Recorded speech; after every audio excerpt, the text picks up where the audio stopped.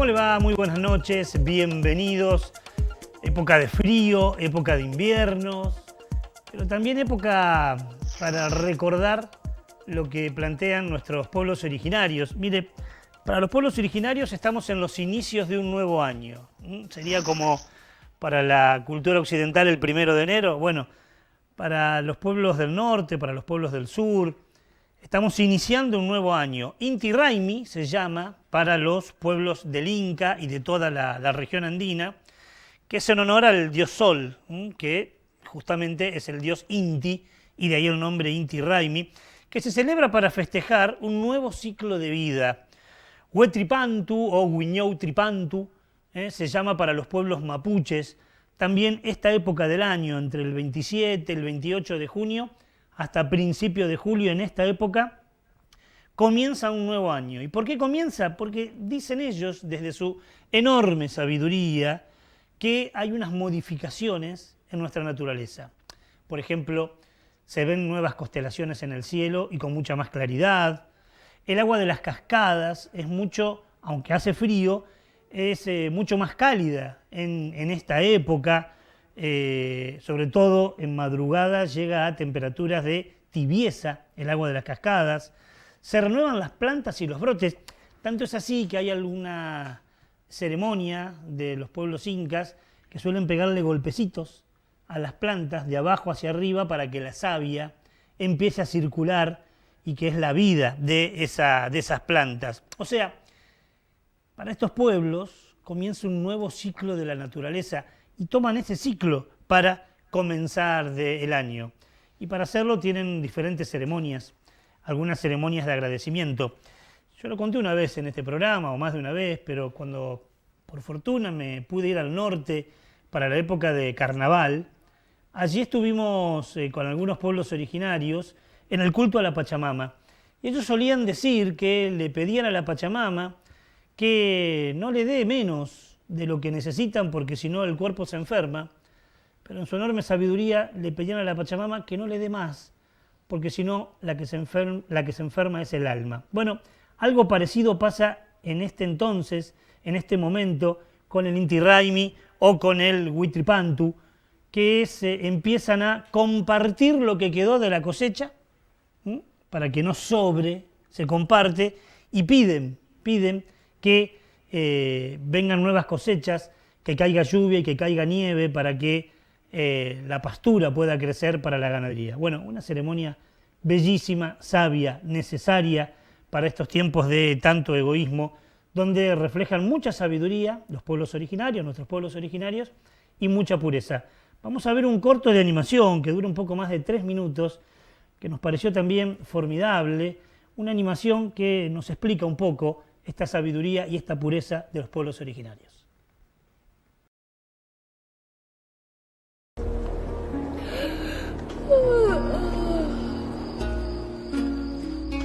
Ñuque, ¿por qué caen las hojas de los árboles? Lo que pasa, Len, es que ahora la tierra descansa y está por comenzar Puquem. Ñuque, ¿por qué se oscurece más temprano? Es que se acerca Huetripantu, la nueva salida del sol. Pero Ñuque, si el sol sale todos los días, ¿por qué ahora es Huetripantu? Como tú te has dado cuenta, la Mapu está cambiando, se está renovando. Se acerca la noche más larga del año, donde es el tiempo de agradecer y estar en familia. Ahora todos tendremos que hacer ceremonia y celebrar este nuevo ciclo. ¿Y todos harán ceremonia? May, todos harán ceremonia.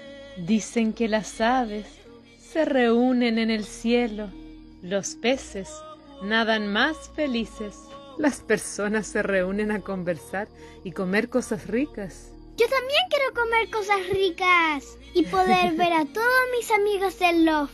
May Tañichoyun, es parte de respetar el litrofil moñán, tal como decían nuestros Cuicfiqueche. La nueva salida del sol ilumina el camino que debemos seguir con amor y ternura. Ñuque Mapu, Chuyunin Chin.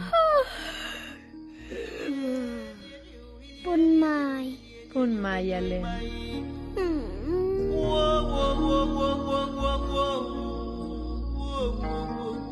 Cheche, queda poco para Huechipantu. ¡Ah! Hay que trasplantar el fuelle. ¡May! Y también podemos cocinar cosas ricas. ¡Voy a mover el fuelle!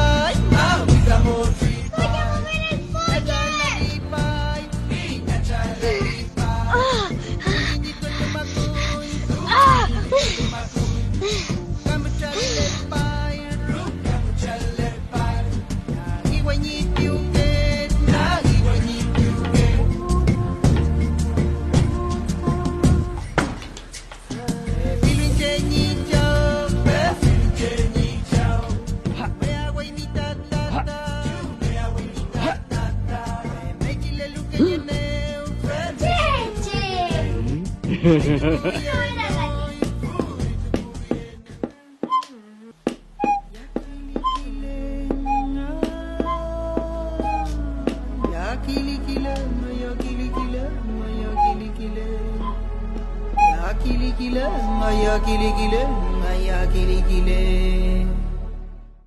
Lindo, ¿no? Tan lindo como dulce, como sabio, como necesario, planteada esta animación con el Inti Raymi o el Huetripantu o la cantidad de ceremonias de pueblos originarios que abrazan a la Pachamama, abrazan a la naturaleza y a partir de allí edifican presente y también edifican futuro. Hoy vamos a hablar de las plantas nativas. El tema principal de nuestro programa es hablar de las plantas nativas que están presentes en nuestra historia desde hace mucho tiempo, están presentes en nuestra historia culinaria, comemos de las plantas nativas. Los pueblos originarios también nos enseñaron a esto, ¿no? Nos curamos desde las plantas nativas, muchas se usan como comida, otras se usan como medicina. Ahora, ¿de qué hablamos cuando hablamos de plantas nativas? ¿Es complicado entenderlo? No, para nada. ¿Qué son las plantas nativas? Vamos a explicarlo en diferentes momentos del programa. Vamos a traer un material de archivo. Hará un par de semanas atrás, ya un par de meses diría, fuimos al Jardín Botánico de la ciudad de Santa Fe. Allí estuvimos haciendo un programa especial sobre montones de vida que se encuentra en el Jardín Botánico. Y una de las preguntas que le hacíamos a uno de los dos muchachos que son guías es ¿qué son las plantas nativas? Traemos de ese programa la definición. Las plantas en sí dan todos los mismos beneficios, pero cuando hablamos de exóticas y nativas hay que entender que con las plantas nativas tenemos el plus de que estamos beneficiando a nuestra fauna y a nuestro acervo cultural. Cuando hablamos de plantas exóticas son aquellas que son introducidas accidental o incidentalmente por la mano del hombre, que no crecen en la zona de donde está plantada en el momento, y las especies nativas, por el contrario, son todas esas especies que han nacido de antemano a la llegada del hombre, con millones de años de evolución al clima, a la temperatura y a distinta composición vegetal, ¿no?, que la hace de la región y que no es de otra zona, que no tiene que ver con los límites políticos. Puede ser que sea nativa de Santa Fe y Entre Ríos, pero que en la Patagonia no llegue la especie y no deja de ser nativa de Argentina. Sí se va a restringir a nivel local a veces. Ahí está la definición, ¿no? Y hay muchas plantas nativas. Lo primero que podemos decir es que es esa planta, ese árbol que nació en esta zona y que se adaptó además a esta zona y que forma parte de una cadena alimenticia, cultural, de comida, qué sé yo, la harina de algarrobo, por ejemplo, que se saca de la planta nativa, la cantidad de aves que van a consumir las frutas que da esa planta nativa. Hay montones. Vamos a traer una que forma parte de una historia muy interesante que se llama el amaranto, que hoy se pueden ver en la sala de espera de los médicos, ¿vio? Cuando estamos ahí generalmente hay un amaranto, una planta que funciona como elemento estético, pero que durante mucho tiempo fue mucho más que eso, y que además tiene unas propiedades, la semilla, que combate la desnutrición, porque provee múltiples vitaminas, minerales, aminoácidos, proteínas, y la historia del amaranto es una historia realmente interesantísima. Es una semilla que comían muchos los pueblos originarios, muchísimos los pueblos originarios, y que los españoles la prohibieron, la sacaron de su dieta. Con un video que hicimos para la presentación de un libro que después les cuento, vamos a contar esa historia, la historia del amaranto prohibido.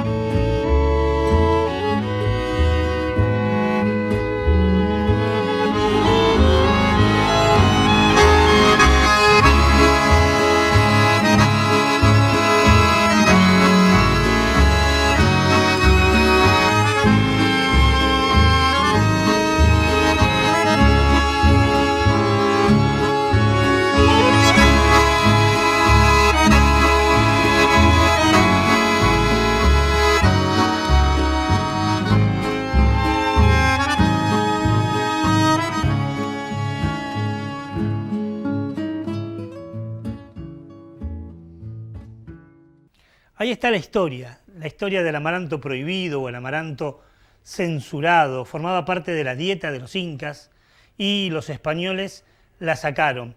Esperó el amaranto, como bien veíamos en el video, con la paciencia de los pueblos originarios, esperó 500 años para vengarse. En aquel entonces había un imperio, el imperio español, que lo prohibió. Se vengó de un imperio, el imperio económico, el imperio de Monsanto, arruinando, como veíamos en el video, hectáreas y hectáreas de producción porque sobrevivió. Esa fue la historia que, de alguna manera, motivó la producción hace ya 9 años de este libro, La venganza del amaranto. Utilizando esa metáfora, escribí este libro hablando sobre el modelo productivo, sobre cuánto nos enferma, cuánto nos mata, con una enseñanza, que si el amaranto, con la paciencia de los pueblos originarios, pudo esperar y esperó 500 años para darnos una lección, si el amaranto pudo, ¿cómo no vamos a poder nosotros, no? Es la venganza del amaranto la que estamos necesitando para cambiar este modelo productivo y, de alguna manera, con este ejemplo, valorizar o revalorizar las plantas nativas, de las cuales vamos a seguir hablando, pero hacemos el pequeño paréntesis, nos ponemos el barbijo porque vamos a estar cerca de un compañero, porque se prende la primera luz del semáforo, es la luz roja, y por eso voy al encuentro de Martín. ¿Cómo va, Martín? ¿Cómo te va, Ricardo? Buenas noches. ¿Todo bien? Estás? Muy, pero muy bien. Qué linda la historia del amaranto, ¿no? La paciencia. Venganza por ahí es un término embromado, pero pudo reponerse esperando 500 años y dando ejemplo. Tan buena historia, Ricardo, para compartir. Vamos a la luz roja, primera luz roja, que vamos a hablar de una barbaridad, una locura que se quiere hacer en Francia, ¿no? Así es, yo cuando buscaba la luz roja para presentarla en el programa de hoy, veía lo que sucedía en Francia, particularmente en París, con una decisión que tiene que ver con llevar adelante la reconstrucción de la Catedral de Notre Dame. Pero el problema es cómo van a llevar adelante esta reconstrucción. Y es talando árboles, pero no cualquier tipo de árboles. En particular, hoy traemos la historia de 8 árboles que son realmente majestuosos, históricos. Y permitime que te diga, Ricardo, y a toda la audiencia, a los televidentes, qué tipo de árboles son estos. Los voy a leer. Tienen entre 200 y 300 años cada uno. Y aún así, además, tienen entre 95 centímetros y 1,10 metros de diámetro por 23 metros de largo. 1,10 metros, estamos hablando de esto de diámetro. Y de largo son 23 metros, cada uno pesa 15 toneladas y son 8 robles históricos de allí, de Francia, del Bosque Real de Bercé, que van a utilizar para reconstruir la Catedral de Notre Dame. Queda en el manifiesto claramente cuáles son las prioridades que tienen las autoridades de Francia y también los sectores empresariales y demás. Pero eso no es solo lo que tengo para decir, Ricardo, no son solo estos 8 árboles, porque estos son los más importantes, digamos, lo que más pena causan. Pero además de estos 8 árboles, otros 1000 robles escogidos también van a ser utilizados para reconstruir la Catedral de Notre Dame, sobre todo lo que tiene que ver con la antena, allí en este monumento histórico de Francia, que bien entendemos, fue un monumento histórico. Y está bueno que se reconstruya. Por supuesto, construido hace millones de años. El acervo cultural, religioso, histórico del exactamente, del universo, ¿no? Pero ya nada va a modificar y nada se va a poder lograr atrás a la construcción inicial, digamos. Ahora tiene que construirse de otra manera, con nuevos elementos, y si se puede hacer con nuevos elementos, porque ya lo anterior no va a existir, no va a ser la misma Catedral de Notre Dame de hace cientos de años, era el momento de construirla de otra manera, de una manera más ecológica. No, fueron y talaron 8 árboles históricos y además más de 1000 robles, que también cansa mucha pena, y por eso creo que merecía estar en la luz roja. Seguro, vos hablabas de 200 a 300 años. ¿Saben la función ambiental que cumple ese árbol con respecto a la crisis climática, a las lluvias, a las inundaciones? Por más que sacan un árbol de 300 años y pongan 10 árboles, claro, hay que esperar 300 años para que vuelva a cumplir la misma función. Una lástima. Una pena, una luz roja terrible que encuentra Martín y que la denunciamos de lo que está pasando en Francia. De esta manera nos vamos al primer corte, ya volvemos.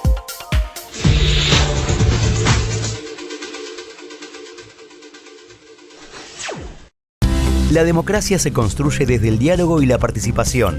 Cámara de Diputados de la provincia de Santa Fe.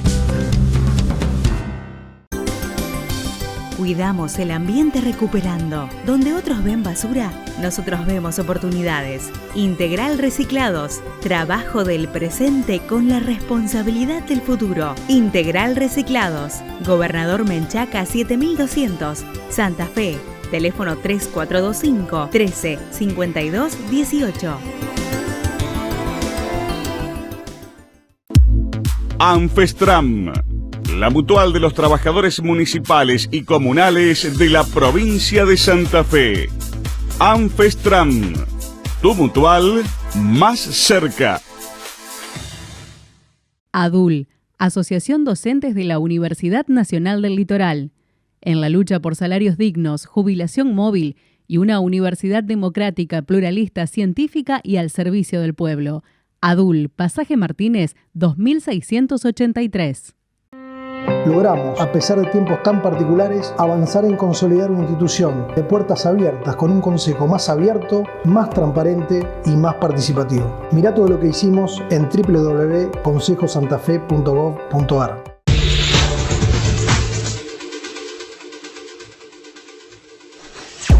Segundo bloque del programa, y como hacemos habitualmente, una vez por mes aproximadamente, porque los micros van rotando, nos venimos a este espacio del estudio y hoy con escenografía nueva para presentar el micro que habla sobre reciclaje. Hablar sobre reciclaje hoy es hablar de una actividad indispensable para poder convivir con nuestro entorno, aunque también, y lo hablábamos hace un par de programas atrás, hay mucho endiosamiento también del reciclaje y se piensa que con eso solo se soluciona. Nosotros ya lo hemos dicho en más de una oportunidad. Además de recuperar, de reciclar, lo que tenemos que hacer es cambiar la cabeza con respecto al consumo, ¿no? Ambas cosas pueden ir de la mano. Pero para hablar de esto estamos con Leonel Méndez, quien nos acompaña una vez por mes. Hola Leo, ¿cómo te va? ¿Cómo estás? ¿Cómo estás? Buenas noches, gracias por venir. Ya, siempre es un gusto Igualmente. Poder compartir tu programa. Y hoy vamos a hablar del reciclado en la pandemia. Viste que la pandemia afectó montones de actividades. ¿Al reciclado también lo afectó? Correcto. Sí, la pandemia sin duda creo que nos deja un antes y un después y un repensar una nueva forma de vida. Creo que para todo se ha acelerado en todo punto de vista y en el reciclado, por supuesto, no es la excepción. En todo sentido, desde gestiones que han parado la separación como excusa, cambió el hábito mucho sobre respecto a la generación de los plásticos. Por ejemplo, un dato curioso que a mí me llamó la atención es que en el año pasado cayó un 0,3 a nivel mundial la producción del plástico. ¿Se produjo menos plástico? Produjo menos plástico. Eso es bueno. Sí, es bueno. Digo, es bueno si yo en vez de usar el plástico utilizo otras alternativas, ¿no? Correcto, es muy bueno, en realidad. Yo creo que en realidad puede haber sido por el tema del parate mundial. Claro. Porque creo que se reacomodó el mercado en toda su forma. Hay que rescatar que se paró en 3 veces en la historia. Se paró en el año 74 con la crisis del petróleo, en el año 2008 con el tema de la famosa burbuja financiera, claro, y el año pasado. Por la pandemia. Claro, que disminuyó la producción del plástico. Las veces, yo creo que hay un reacomodamiento, hoy tenemos un reacomodamiento en cuestiones del plástico, por ejemplo, en el caso de la sanidad, de los 378 millones de toneladas que se produce anualmente, que se produjo en el año 2020, el tema sanidad ocupaba el 1%, el 1,2% para ser exacto a nivel mundial, los tipos de plástico. Hoy aparecieron nuevos tipos de plástico, que esos son un gran tema porque en su tipo de contaminación y demás, y llega al 3,5%. 3,5%. 3,5%. De hecho, salió un informe del Instituto Oceanográfico Argentino y el CONICET, donde alertan sobre la cantidad de cuestiones de barbijos y demás, como está llegando al mar sobre estas cuestiones. Bueno. Apareció un nuevo fenómeno que es realmente tremendo y muy contaminante. Se produce masivamente esto, sumado a que la gente realmente no tomamos conciencia de la responsabilidad que tenemos como tal. A eso también se le suma que no hay gestiones adecuadas en Latinoamérica, especialmente en Argentina.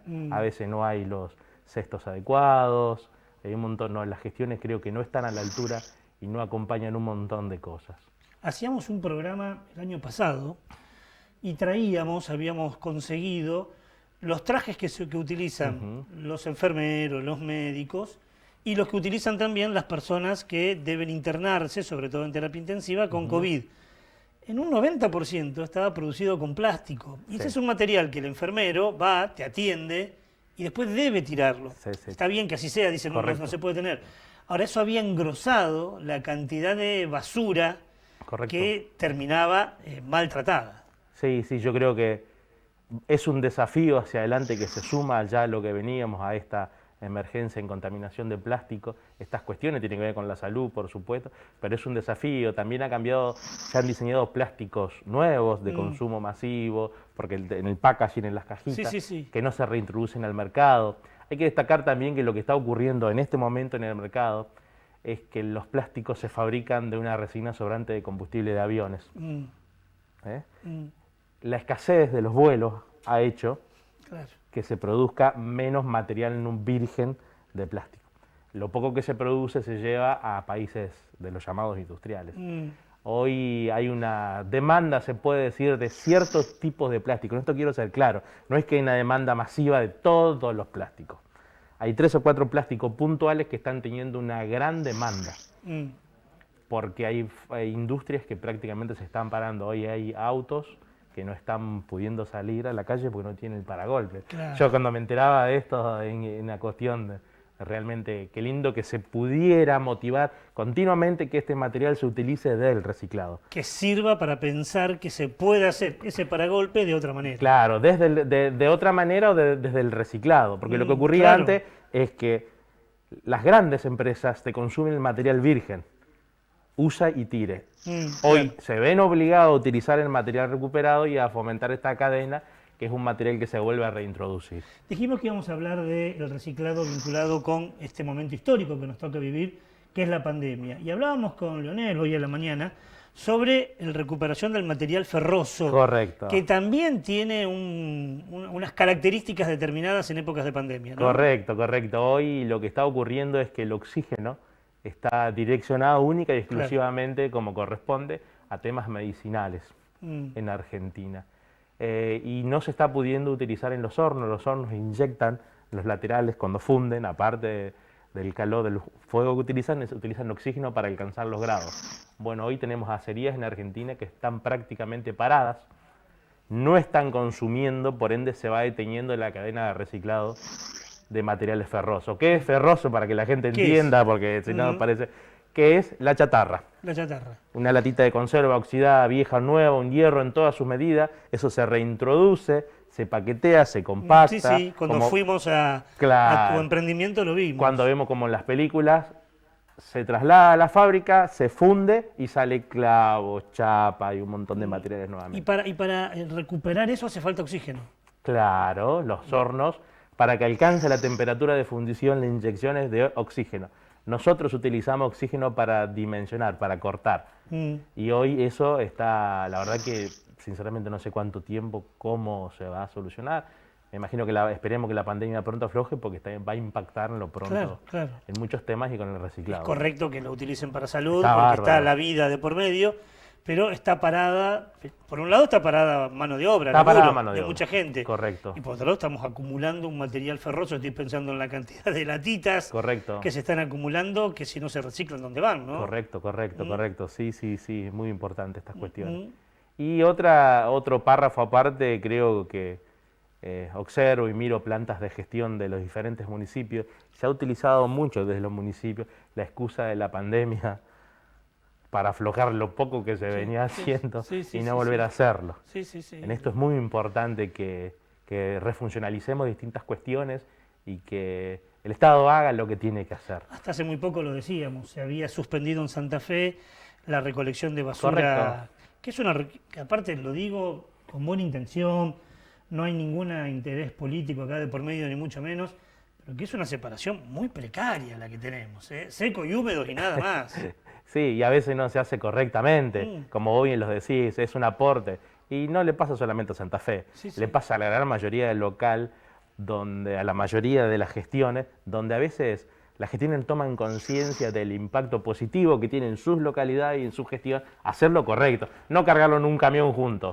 ¿Qué te dice la gente a diario? Che, yo separo, y va todo junto, la gente, hay que disponer los recursos adecuados para que eso se gestione adecuadamente, que lo vamos a ganar en calidad de vida y en salud. Bueno, ojalá termine pronto la pandemia, entre otras cosas, no solo para que no tengamos que llorar más enfermos y más muertos, sino para que que como vos dijiste una vez, son estos héroes anónimos que generan el reciclaje, vuelva porque nos hace bien a todos, ¿no? Por supuesto, que son tareas de beneficio público, que los recolectores urbanos son los agentes verdaderos ecológicos y los que hacen el trabajo muchas veces desconocido, anónimo. Siempre digo que son los que le limpian la cola a un sistema que a veces no lo quiere ver, para ser vulgar así. No, está bien. Que a veces no los quiere visibilizar.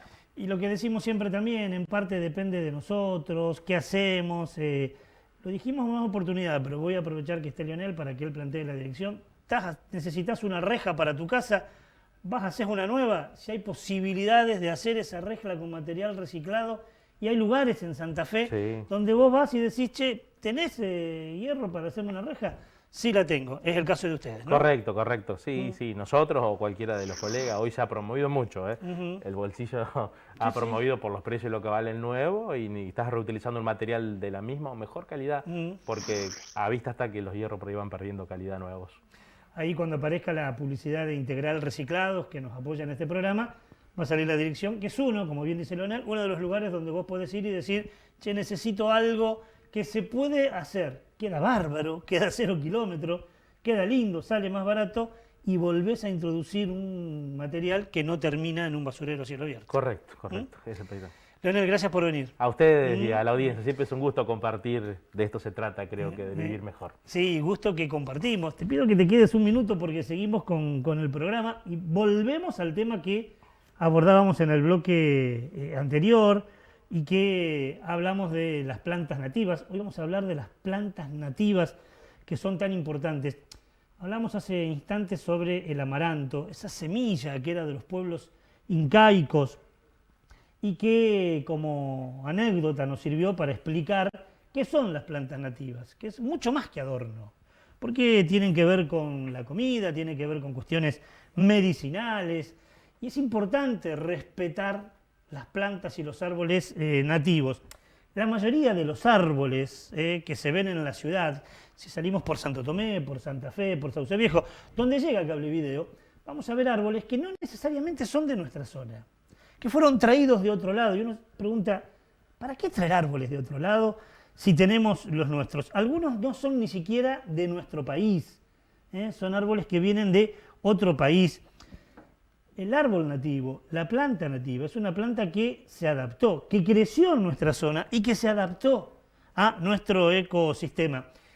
Y en algún momento estuvo muy vinculada a nuestra historia. Mire, hay nombres de ciudades que llevan nombres de árboles. Por ejemplo, la producción me anota acá, localidades como Paraje El Ceibo, que está en Santa Fe, Los Sauces, una localidad de Córdoba, El Ombú, un pueblito de Entre Ríos, Los Lapachos en Jujuy, el Talar de Pacheco en Buenos Aires.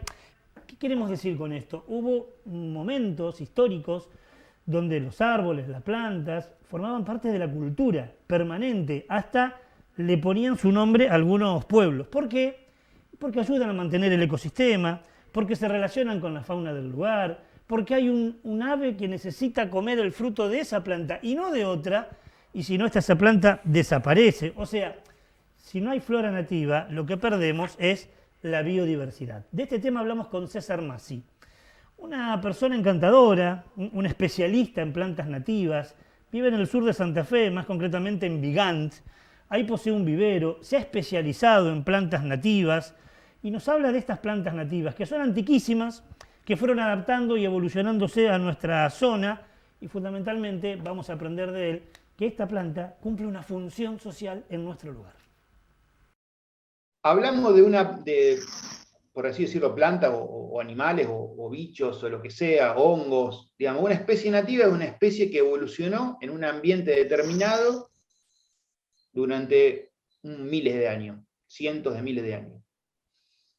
A veces uno exagera, pero, por ejemplo, la lechuza de campanario, que la conoce todo el mundo, que es la lechuza blanca, esa que habita en los campanarios, en los galpones. Esa lechuza se hizo un estudio hace poco y se descubrió que el ancestro común de todas esas lechuzas tenía 4 millones de años. Miramos de dónde vienen esos bichos y cuánto hace mucho antes que nosotros. Algarrobo, espinillo, ceibo, los registros fósiles de esa especie, 15 millones de años, 10 millones de años, 25 millones de años. Ese tiempo lleva a la naturaleza evolucionando de manera equilibrada en gran parte, con obviamente presencia de desastres naturales como hay en la historia, pero de ese momento llevan evolucionando en diferentes ambientes, en equilibrio con los polinizadores, con el régimen hídrico, con los vientos, con los suelos, con la microbiología de los suelos, con los organismos que están en el suelo. Ese hace a una planta nativa. Nosotros por ahí pervertimos un poquito ese término, en el sentido de que no lo tomamos de manera tan exacta, sino que pensamos por ahí en fronteras geográficas. Decimos, bueno, el lapacho es nativo, el jacarandá es nativo, y eso no es así. Digamos, las plantas tienen ambientes, lo que por ahí es nativo en el norte de Santa Fe, no es nativo en Santa Fe ciudad, tampoco es nativo en Rosario, lo que es nativo en Salta no es nativo en Bahía Blanca, y por ahí ese traslado de especies también genera los mismos problemas. Digamos, para una especie aparecer en otro ambiente es igual de problemático si se mueve de Salta a Santa Fe como si se mueve de Europa a Santa Fe, es prácticamente lo mismo. Entonces, el término nativo es eso, es una planta que evoluciona en un ambiente que puede responder a una frontera geográfica o no. Puede ser que esté en Santa Fe nada más, en el caso que sería una planta endémica por ahí de algún ambiente. Puede ser que esté en Santa Fe y en Córdoba, en Santa Fe, en Córdoba y en Entre Ríos, o que esté en Entre Ríos y no esté acá. Digamos, depende mucho de una cuestión ambiental, y en general están en equilibrio con el ambiente original. Por ahí ya cuando uno nos ponemos a pensar en lo que es una ciudad, o un pueblo, o un terreno modificado, como por ejemplo un terreno de cultivo, ya los ambientes se difuminan un poquito, los límites se difuminan un poquito, pero en general es ese el término, de una planta que evoluciona en un ambiente. Podemos decir que además, por ser de ese ambiente, de ese lugar, cumple una función hacia el ecosistema, digamos, que su presencia tiene un rol. Sí, como todo, digamos, como todo el ambiente en sí, en general, está en equilibrio, forma parte de una cadena. De las plantas se alimentan pájaros, mariposas, algunos insectos cumplen su ciclo reproductivo en esas plantas, que si no están, ven perjudicadas sus poblaciones. Otras están hechas, por ejemplo, para que las aves nidifican. Por ejemplo, en un tala, uno tiene un tala y tiene un fresno, y las aves van a ir a nidificar al tala porque el tala tiene espinas que las hace defenderse por ahí o protegerse de los predadores que van a predar los nidos. Bueno, por ejemplo, un ejemplo muy, muy sencillo de cómo funciona eso, lo podemos ver con el tema de las cotorras. Digamos, las cotorras vivían en los montes bajos de Tala y Algarrobo, y en algún momento a nosotros se nos ocurrió transformar los pastizales en tierras de cultivo con granos, y además empezar a forestar la pampa húmeda con eucaliptus. Y ahí le dimos a las cotorras un edificio de 20 pisos con pileta arriba, y le dimos comida por todos lados, y las cotorras se multiplicaron porque encontraron el nicho. Eso es creo que un buen ejemplo de lo que es el rol que cumple cada elemento dentro del ecosistema, que cuando no está disturbado por nosotros, está en equilibrio. Uno podría decir que en la flor del ceibo primero va el abejorro, las abre, de atrás del abejorro viene el colibrí, la corteza del ceibo, como tiene muchas grietas, sirve de alimento a los pájaros carpinteros que van a buscar bichitos ahí adentro, y uno ve todo ese ecosistema cuando planta una especie nativa. Disfruta de todo ese equilibrio, de todas esas relaciones, que son generalmente las que miramos nosotros para ver cómo por ahí hacer ciudad y espacios públicos más biodiversos.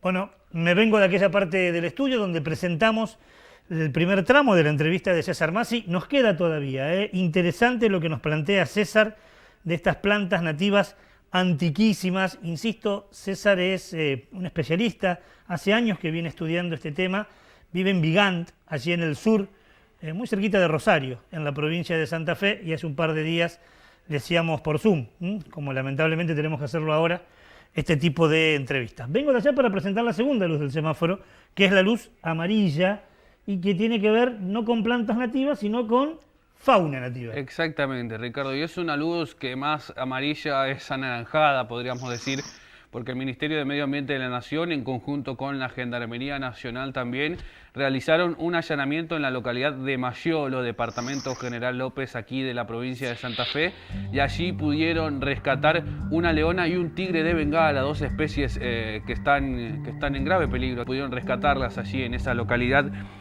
Además, eso no es todo, sino que también se investiga el paradero de un oso que se encontraba en esa zona. Y si hay algo que hay que decir es que las personas que estaban en este predio, por lo menos así lo marca el Ministerio de Medio Ambiente, no contaban con la autorización necesaria para realizar las actividades que realizaban, ni siquiera con la documentación particular para hacer esto. ¿Y por qué lo trajimos en la luz amarilla? Además también rescataron loros, perdón, me había olvidado. Lo traemos en la luz amarilla, obviamente, como digo, es una luz más que nada anaranjada, pero vale la pena que estos animales puedan haber sido rescatados por las autoridades, porque uno no sabe cuál era uno se imagina en realidad cuál era el destino que iban a tener. Pero es luz amarilla porque finalmente pudieron rescatarlos, seguramente después de un proceso de recuperación y demás van a regresar a su hábitat natural, pero la verdad que en un principio también fue una mala noticia. Es la caza clandestina, no tiene que ver con mascotas, ni mucho menos, no podés tener, en este caso, un tigre de Bengala en tu casa, ¿no? Es para comercializar o a veces para trabajar con su piel, así que bienvenido sea que haya sido recuperado, en este caso por el Ministerio de la Nación, el Ministerio de Medio Ambiente y la Gendarmería, y ojalá que puedan seguir haciendo ese trabajo, porque seguramente no es el único caso que existe en nuestro país. Volvemos con la entrevista que le hacíamos a César Massi. Hablábamos de plantas nativas con él, de la ausencia que hay muchas veces de plantas nativas. ¿Por qué faltan plantas nativas? ¿Por qué de repente tenemos? Porque bueno, Martín recién explicaba, con la fauna es por la caza indiscriminada, es por la ausencia o porque alguna especie queda en extinción.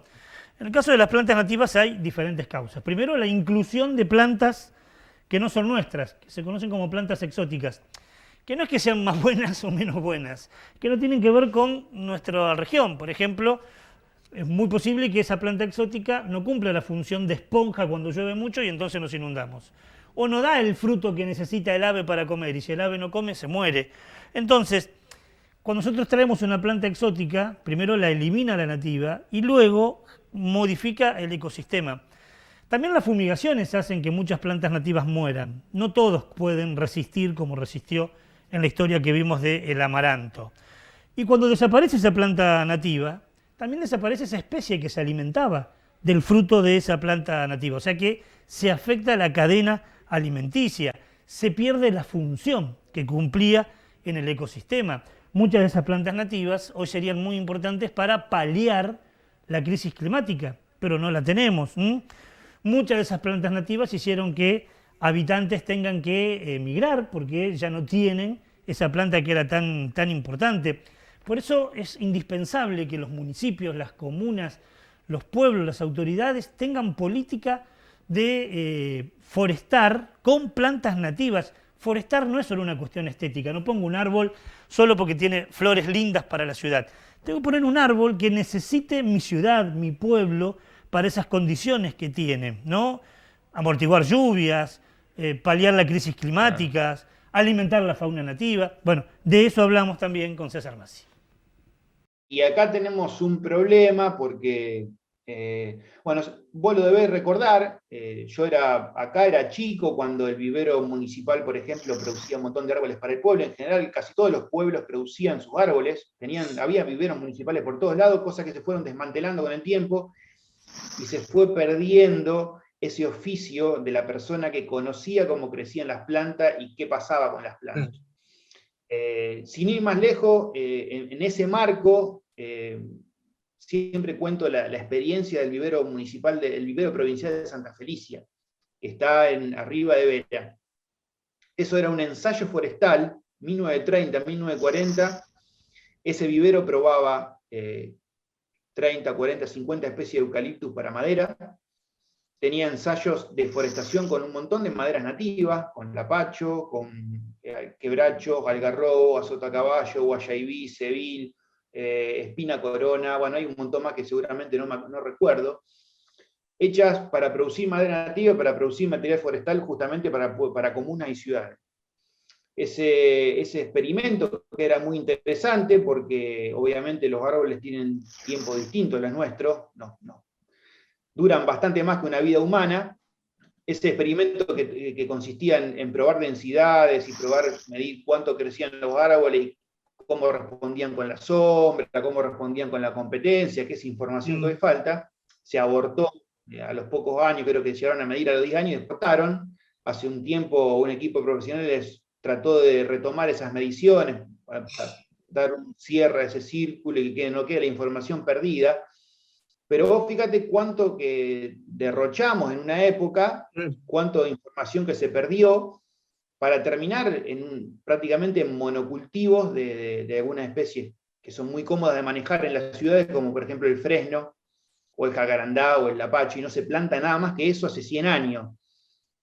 Prácticamente no hubo especies, no hubo decir, bueno, mira, esto lo probaron, anduvo bien, algo distinto a lo que hizo Carlos Thais en su momento, que con otro concepto de especie nativa por ahí, que por ahí hoy no lo usamos y en ese momento estaba como aceptado, fue al monte, vio que plantas que podían crecer bien para plantar en una ciudad y trajo el jacarandá, la tipa, el lapacho, el palo borracho, y los trajo y los plantó. Y dio una revolución ornamental en las ciudades. Por ahí ese concepto es el mismo concepto que hoy habría que tener de ir al monte, de rescatar material, ya no tanto pensando en lo ornamental, sino pensando qué nos puede brindar los beneficios que hoy nos brinda el arbolado urbano, que es de dar sombra, de cuidarnos de la polución, de retener, amortiguar los efectos de la lluvia, del cambio climático, pero además de ver qué podemos plantar de lo que crece en nuestras inmediaciones para que esa fauna que está afuera pueda entrar y convivir con nosotros adentro. Por una cuestión de que primero, lo que plantamos en las ciudades, que a veces se planta con falta de información o sin tomar en cuenta el criterio ambiental, puede ser perjudicial o positivo. Todas las semillas vuelan, todos los frutos que producen los árboles son comidos por algo que los dispersa. Entonces, si plantamos bien, eso tiene un efecto multiplicador positivo. Y si plantamos mal, nos mandamos una cagada, porque es así. Después terminamos con invasiones biológicas, con el ligustro que se comió media sierra de Córdoba, con el Carataeus, que es esa famosa manzanita roja, que hoy llega hasta Catamarca, la invasión, o sea, pasó de Córdoba y se fue a la sierra de Catamarca, con el jacarandá dentro del Palmar de Colón, que no tiene nada que ver, con el mismo Carataeus dentro del Palmar de Colón, que tienen que prender fuego partes enteras para tratar de eliminarlo. Eso se va expandiendo, va modificando cursos de agua. La acacia negra, que invadió todos los arroyos del sur provincial y gran parte del país. Prácticamente no hay curso de agua que no esté invadido por la acacia negra. Curso de agua donde antes había pastizal, y había bichos que vivían de pastizal. Y cuando crece la acacia negra, limpia el terreno, solo crece acacia negra, solo crece ligustro, queda el suelo pelado, y un montón de seres vivos se ven desplazados, porque no es que se puede mover 10 metros más adentro, 10 metros para adentro tenés hoja. Entonces no es que tienen un ecosistema entero para moverse. ¿Qué pasó el año pasado? Se prendieron fuego 800 kilómetros de río, de Jaucanigas hasta el delta inferior, todo. No es que los bichos que estaban ahí se podían mover y encontrar un ecosistema parecido 10 kilómetros tierra adentro. Si iban 10 kilómetros tierra adentro, encontraban ciudad o soja o vaca. No encontraban un humedal. No encontraban la costa de un río. Encontraban otro terreno que se estaba quemando o que estaba destinado al cultivo. Totalmente. Entonces, en este contexto, la presión, incluso chiquita, que hacemos con lo que plantamos dentro de las ciudades puede llegar a ser un desastre. Como decía César en el final de la entrevista, si plantamos bien, así se dice, si plantamos bien, viviremos bien. Si plantamos mal, viviremos mal. Con esa idea nos vamos a un pequeño corte. Ya volvemos.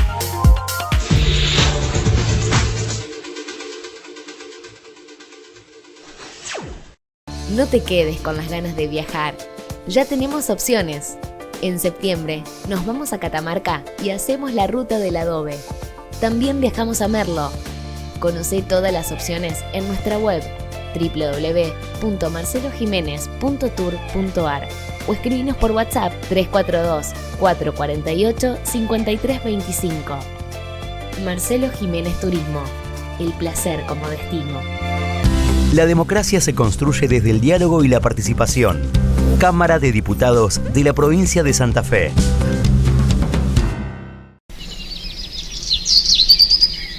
Trabajamos por un mundo mejor. FIP Gráfica. Imprimimos con tintas ecológicas. F&P Gráfica, gigantografías, carteles, ploteados. Teléfono 342-4050-011. Seguinos en las redes. F&P Gráfica, un mundo de gráfica diferente. Cuidamos el ambiente recuperando. Donde otros ven basura, nosotros vemos oportunidades. Integral Reciclados. Trabajo del presente con la responsabilidad del futuro. Integral Reciclados. Gobernador Menchaca 7200. Santa Fe. Teléfono 3425 13 52 18. ADUL, Asociación Docentes de la Universidad Nacional del Litoral. En la lucha por salarios dignos, jubilación móvil y una universidad democrática, pluralista, científica y al servicio del pueblo. ADUL, Pasaje Martínez, 2683.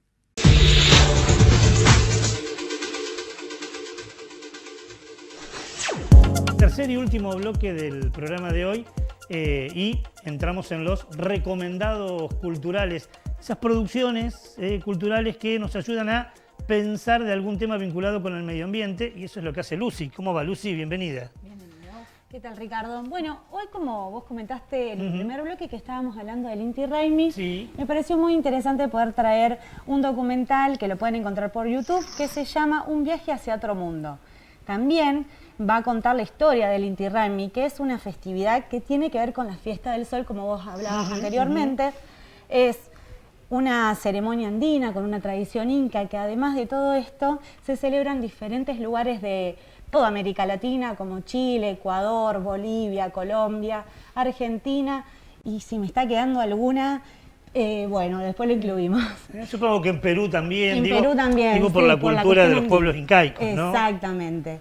Bueno, lo interesante también que va a mostrar este documental tiene que ver con cómo muestra al Inti Raymi como una especie de forma de resistencia simbólica de estos pueblos. Así que, bueno, los invito y las invito a que puedan ver este documental, lo encuentran en YouTube, se llama Un viaje hacia otro mundo. Como hacemos siempre, vemos un tramo de lo que hoy Lucy nos recomienda para poder ver.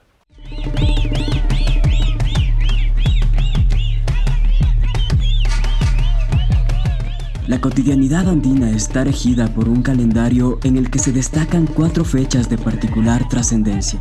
Los Raymis, que marcan el fin de un ciclo y el comienzo de otro.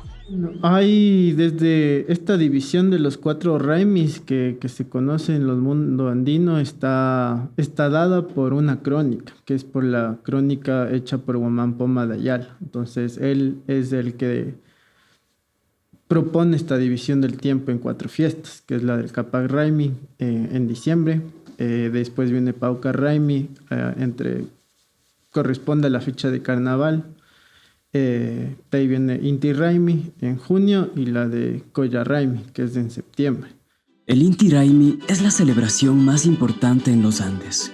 Su origen se remonta a la época del Incario, una organización comunal con una estructura esencialmente agraria dirigida por el pueblo inca, cuyo admirable empeño congregacionista vertió sus costumbres por todos los rincones del Tahuantinsuyo, entre ellas el culto al sol, máxima representación de las fuerzas vitales. Pues no es de asombrarnos de que hayan cambios, al contrario, o sea, hay que festejar que hay cambios, pero que se sigue celebrando la esencia del Inti Raymi, ¿no? O sea, lo grave sería que ya no se celebre. Se celebra de alguna otra manera y eso responde al cambio de los tiempos. Eso responde a la dinámica que juegan las culturas en el mundo. Entonces, en ese contexto, eso significa que la cultura andina es una cultura viva, que no es una cultura del pasado, es una cultura de hoy. Lo que estamos hablando no es una cuestión de hace 500 años atrás, estamos hablando de algo que ocurre aquí, ahora.